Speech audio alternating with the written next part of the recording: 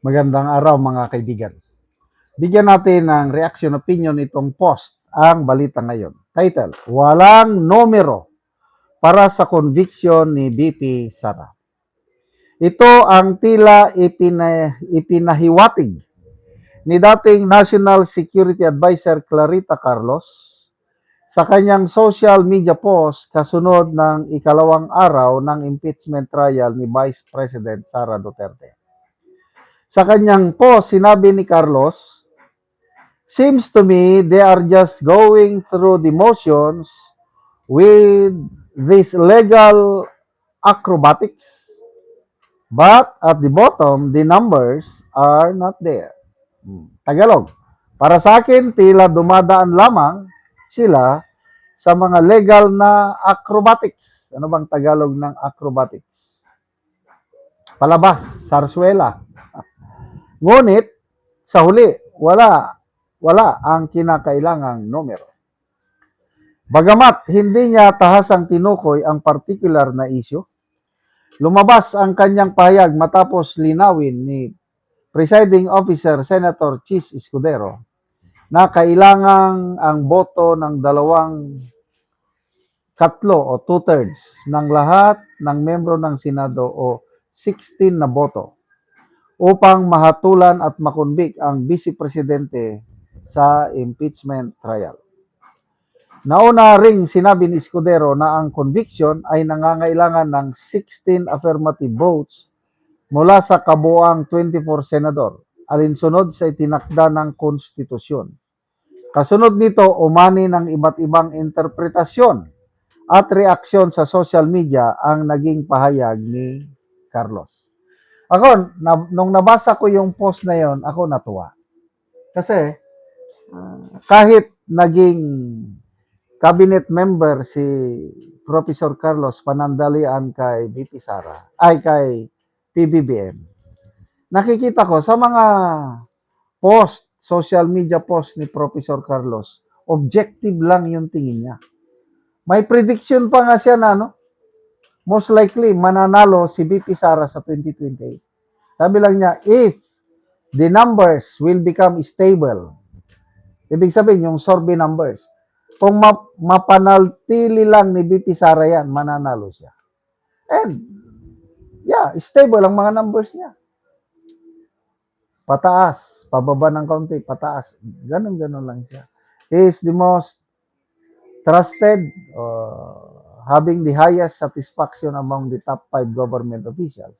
Yung latest survey ng Pulse Asia ba yun o SWS? 29%, positive 29% ang kanyang rating kumpara mo kay Pangulong Marcos Jr. na negative 15. Ganon din sa mga presidential surveys. Siya palagi ang nangunguna. Kaya lumalabas ngayon, unbeatable si BP Sara, and their only way para ma-eliminate siya sa labanan sa 2028 is through impeachment.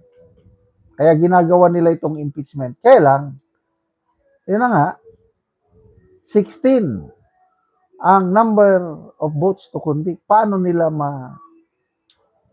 sila makakakuha ng 16? Okay, granting na lang para pagbigyan natin sila. Maipababa pa nila ng 14 yung conviction votes. Kasi 21 na lang ang mga senador ngayon. So, ang 2/3 ng 21 is 14.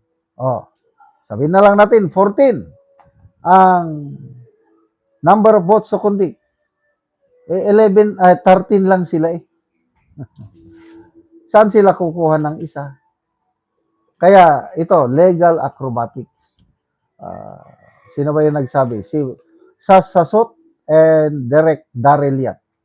Isa yung punto de vista nila na itong 7 to 8 months trial, abutin daw nila hanggang Pebrero para lang sirain nila ang credibility ni BP Sara. At sabi ni Director Daryl Yap, hindi pa kayo nagsisimula, talo na kayo. Dahil sinimulan nyo nang sirain si BP Sara noon pang 2023.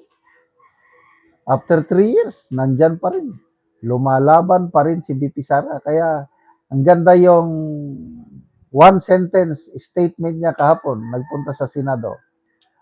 With this bloodbath and bludgeoning going on, I might be blooded but unbound. Galing pala yun sa isang poem na title Invictus. Yun pala ang paboritong poem ni Tatay Digong. Duguan man ako, tamaan man ako, nasasaktan man ako, but I will never bow down. So yun ang palaban na Vice President. And para siyang Texas, kung fighting cocks, yung mga manok pa na pansabong, Texas, yung breed na, alam ko ito dahil nung bata ako, sumasama ako sa aking tatay, sa aking mga tiyo, nagsasabong sila. Nakakapanood ako ng aktual na sabungan. Texas, yun ang pinakasikat noon. Ang Texas na breed ng fighting cock, habang nasusugatan yung Texas, lalong tumatapang. Hindi yan tumatakbo sa laban. Mamamatay na lang siya, nakikipaglaban pa rin, tumutuka pa rin siya. Yan po ang ating BP Sara. Blooded, but unbound.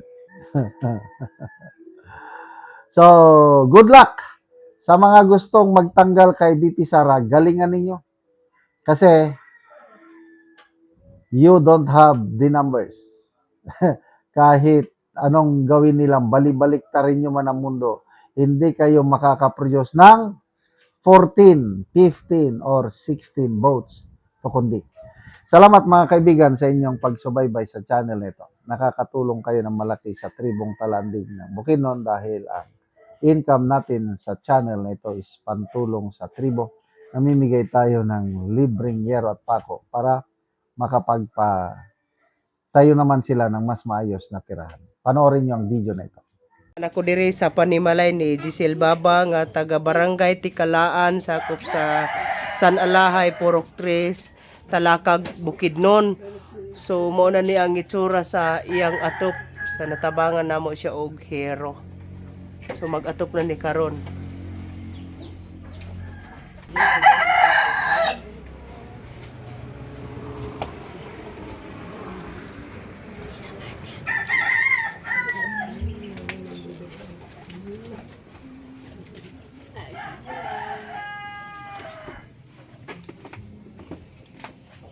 Og mo na ni ang gihatag nga yero nga gitabang 5 ka di 8 og 3 ka di 10 nga ilang iatop karon.